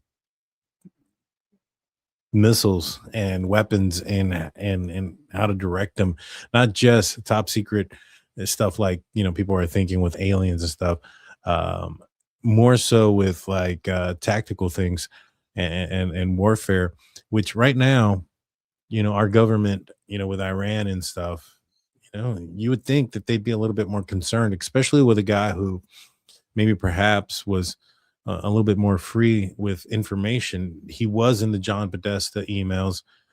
He did give out information to Tom DeLonge. I mean, if I'm a foreign adversary and I'm seeing that, and I'm seeing that this guy has, the capabilities of maybe perhaps assisting me if I have older weapons and utilizing those weapons and making them accurate, I think if I'm the government, I'd be a little bit more concerned about this guy's disappearance. But by all accounts, it doesn't seem like they're too worried. This is an interview about the search. Spending most of my time off trail, and it's very, very rugged. A lot of loose rock, loose soil, cactuses, boulders, extremely rugged terrains. I'm really surprised I haven't seen anyone. So I got here 3 days ago now. I'm under the impression that a lot of the searchers are volunteers, so they're going to be out here on a weekend. But I was out here all day Sunday, didn't see anyone. I haven't seen any aircraft, haven't seen any drones, haven't seen any searchers. In his role with the Air Force, McCasland So absolutely, like, not very much assistance. And, does this seem odd to you, Steve, that there wouldn't be a more of an urgency to try to find this person, given his military background, even if you are in the military, given the fact that, hey, we're possible, we're in a I don't want to say war situation, but in a war situation, and you have somebody has a lot of information, albeit a few years back, still has some information. Shouldn't there be a little bit of more of a concern? I'm sure within his orbit of people, and the government knows exactly what he knows. It's in the files. They know, and they know the advances of what has been made since he was in the field, because he's been out of the field of work for a few years, correct? Yes, since 2013. 2013. So we're talking about 12, 13-year technology older. We're, as civilians, we're probably just now seeing, we probably haven't even seen some of the technologies that he worked on. Probably we're still looking at that as alien or something, because it's so many years before we really see in the public view of what advancements been made. But I'm sure that he's 13 years behind, and even if his technologies are just now recently being brought forth to our knowledge, or we're seeing some of his work product, that maybe they're not so as fearful of 13-year-old technology.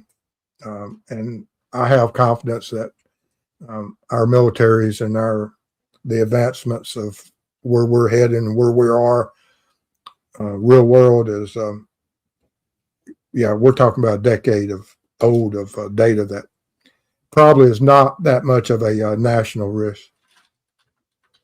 Well, I mean, I would agree with you, but we've seen, like, for instance, the cartels have, older military tech. Would it be out of the world the possibility that some of these lower, not so advanced countries may come across some of these things, like maybe a warhead from 2012 that they want to utilize and having trouble being accurate? Could he at that point then now become an asset to that? And this is a guy that, like I said, was willing to talk to some folks about things. I just find it odd that even if that be the case, that he's over 10 years removed. I just feel that you can still. Oh, I'm not saying that. If I had a conversation with this individual, I would absolutely probably be floored at what his knowledge base of the technologies of where we were at 13 years ago. And I would think, oh man, that's unreal. Right. Bringing that, I'm sure that, because I'm most certainly not the smartest man in the room.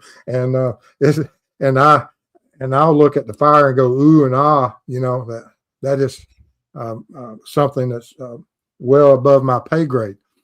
And so I'm sure that he would, 90% of the information he probably could bring to the table would make all of us go, oh, that's amazing.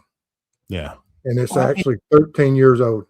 If you think about it, right? If he was abducted by a foreign adversary, let's just say Iran, right? If they wanted to come and abduct him, right? They're not gonna abduct him to help create any kind of nuclear warheads by tomorrow, right? Their whole goal would be to help cut that decade of research and development that they're behind, tenfold, and somebody like him could definitely be an asset to any of their programs, right? So, oh yeah, he would impress any of them. I'm sure you could take him to any country, and because most countries, they, the whole world doesn't spend what we spend on programs like his. Yeah. The whole world's budget doesn't match the U.S. budget, and No, and so, and in those regards, absolutely, any country would consider him an asset. Absolutely.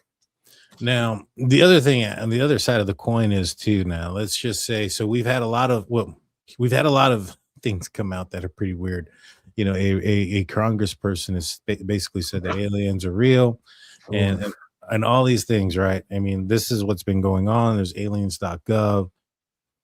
If you're a foreign adversary, right, and you don't have, control of this alien tech, or you have no idea what the government is capable of with this alien tech, you're probably thinking to yourself, all right, if the United States has alien tech, it's not like they're going to be able to improve off of that alien tech from the time that he retired to now.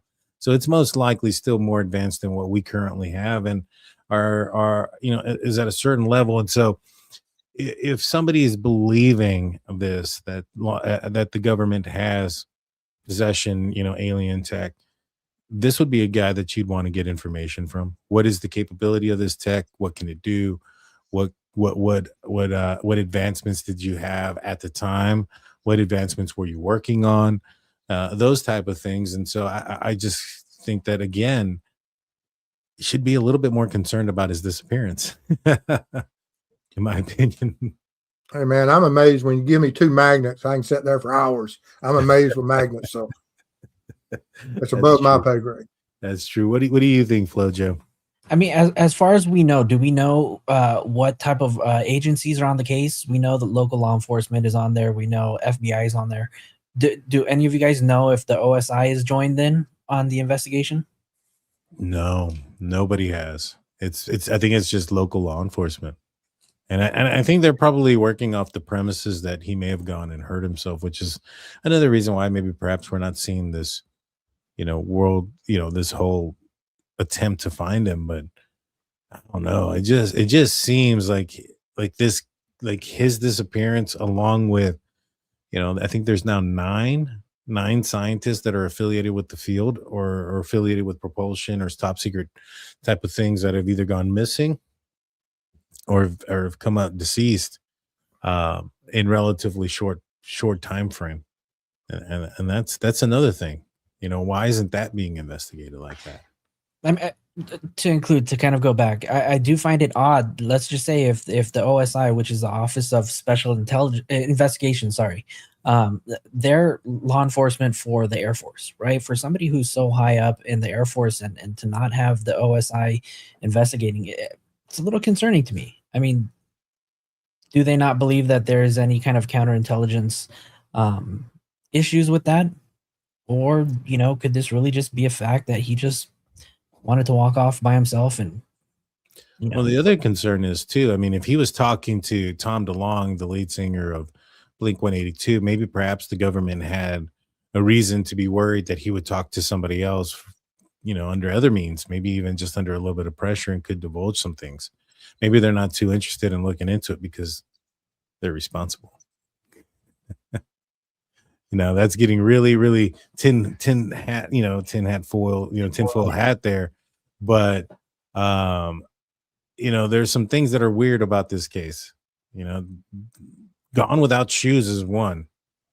If you would assume that if the wife was able to go through and figure out what's missing, what's not missing, and all these other things, that she would have also determined what pair of shoes, if there's a pair of shoes that aren't there.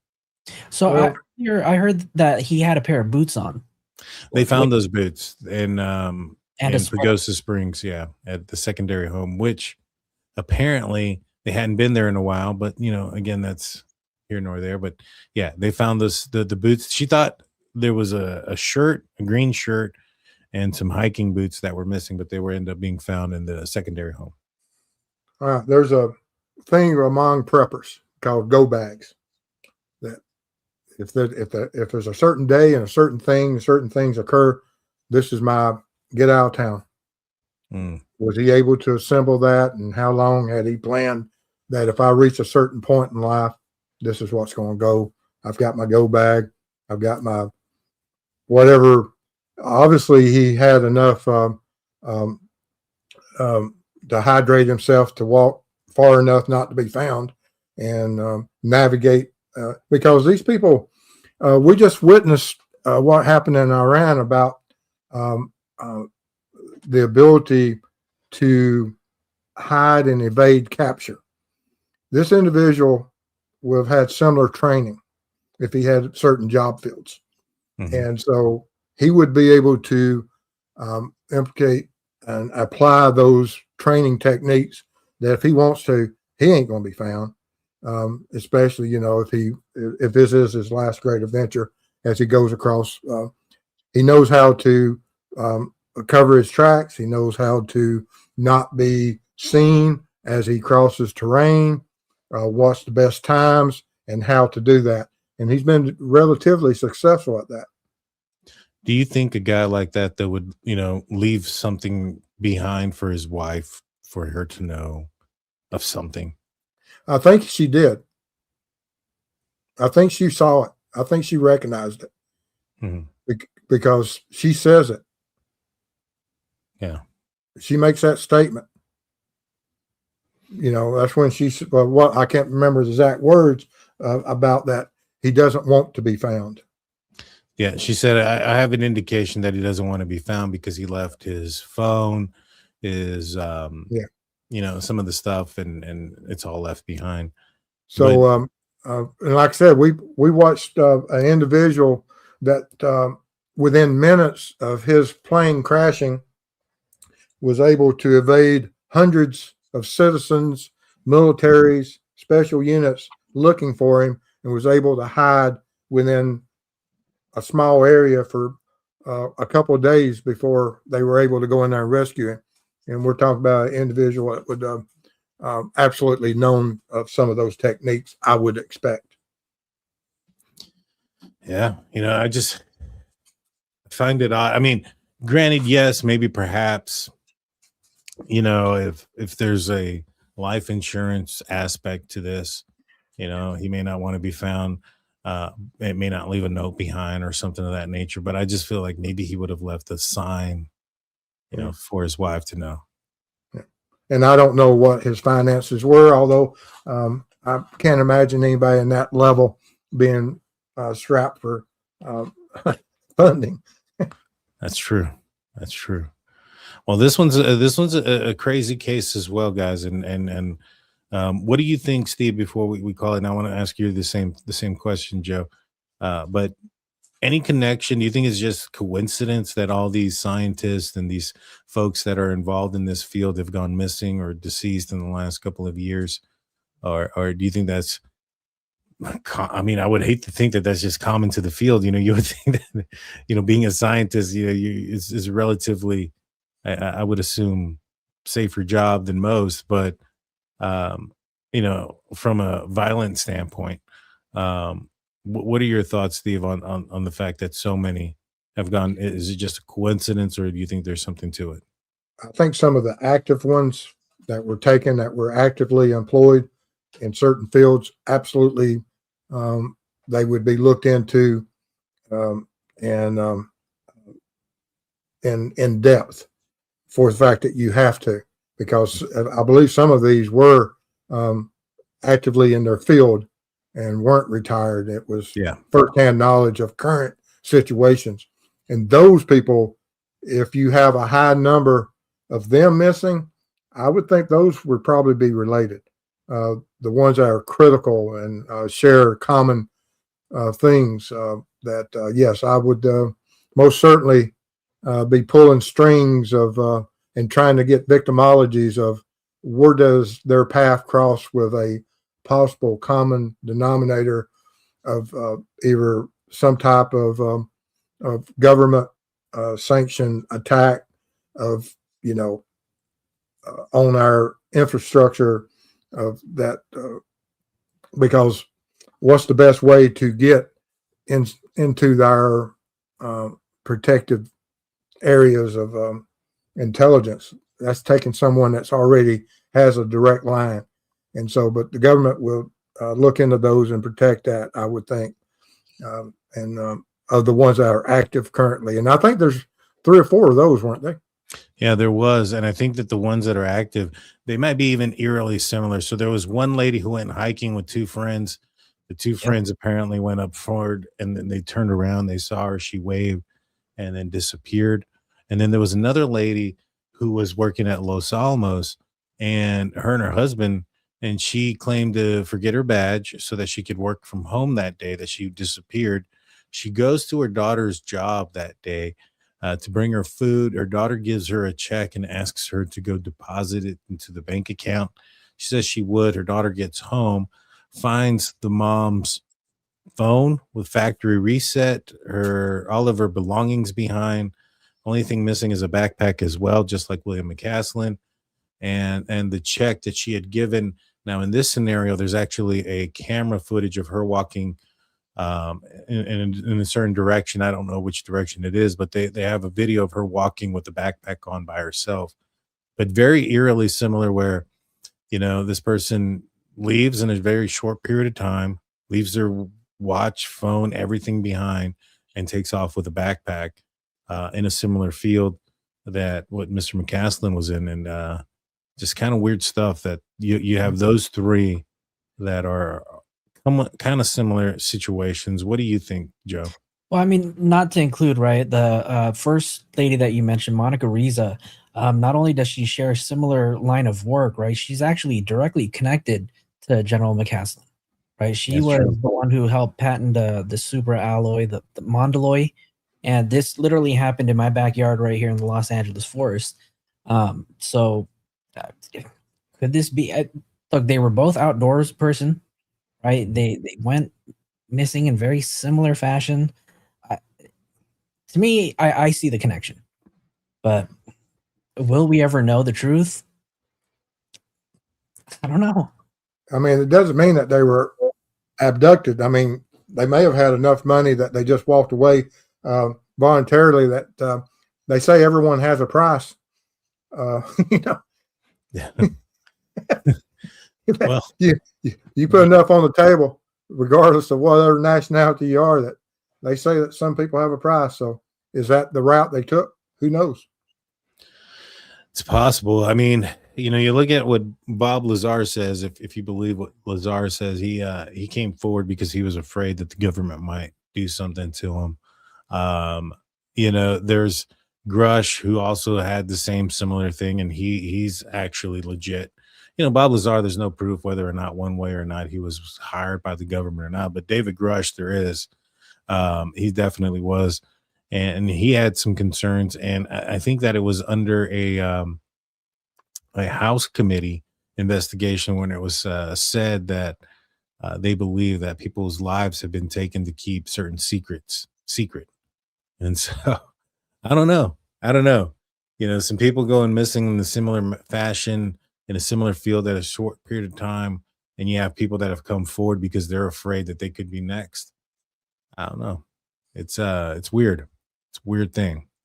But guys, we're almost at 2 hours. Let Steve. We'll start off with you. Let everybody know where they can find you, and if you got anything coming up on your show. I know it's been some. Well, I'm not as much into the YouTube world creating content as I once was.